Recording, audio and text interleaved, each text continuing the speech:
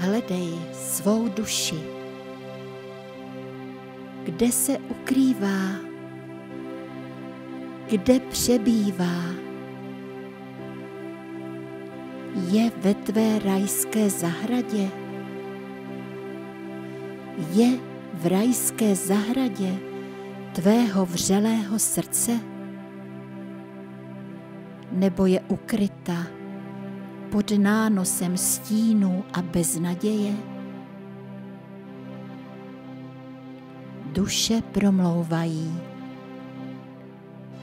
mají však velmi slabý hlas.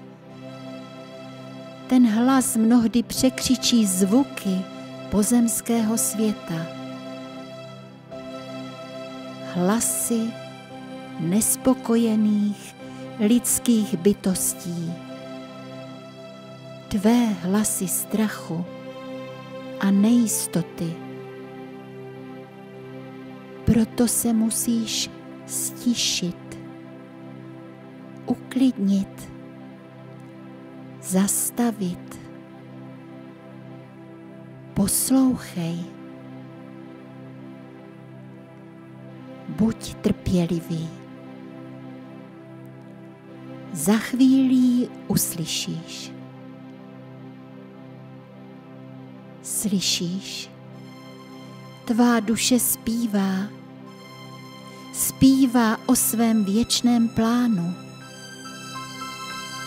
Zpívá o tvém pozemském životě. Zpívá o naději.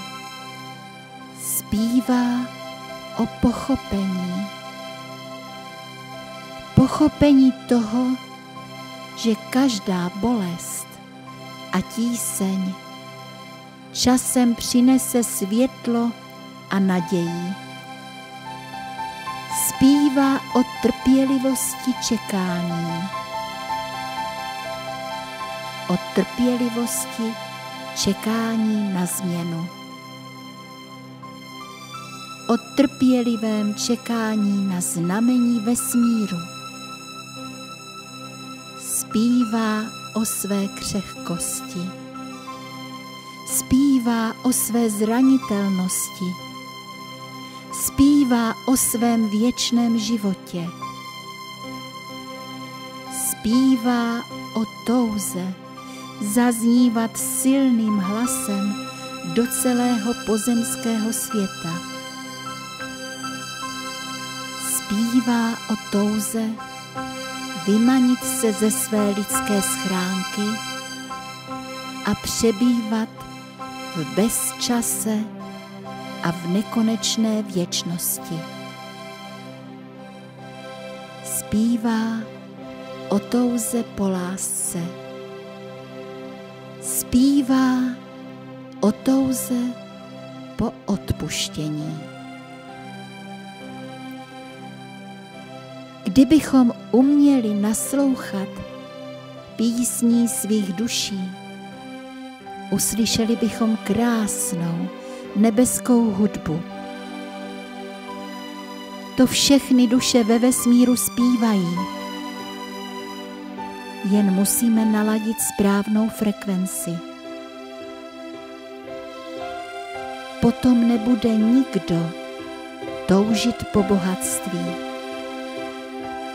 Potom nebude nikdo toužit po moci. Potom všichni pocítí. Potom všichni pochopí,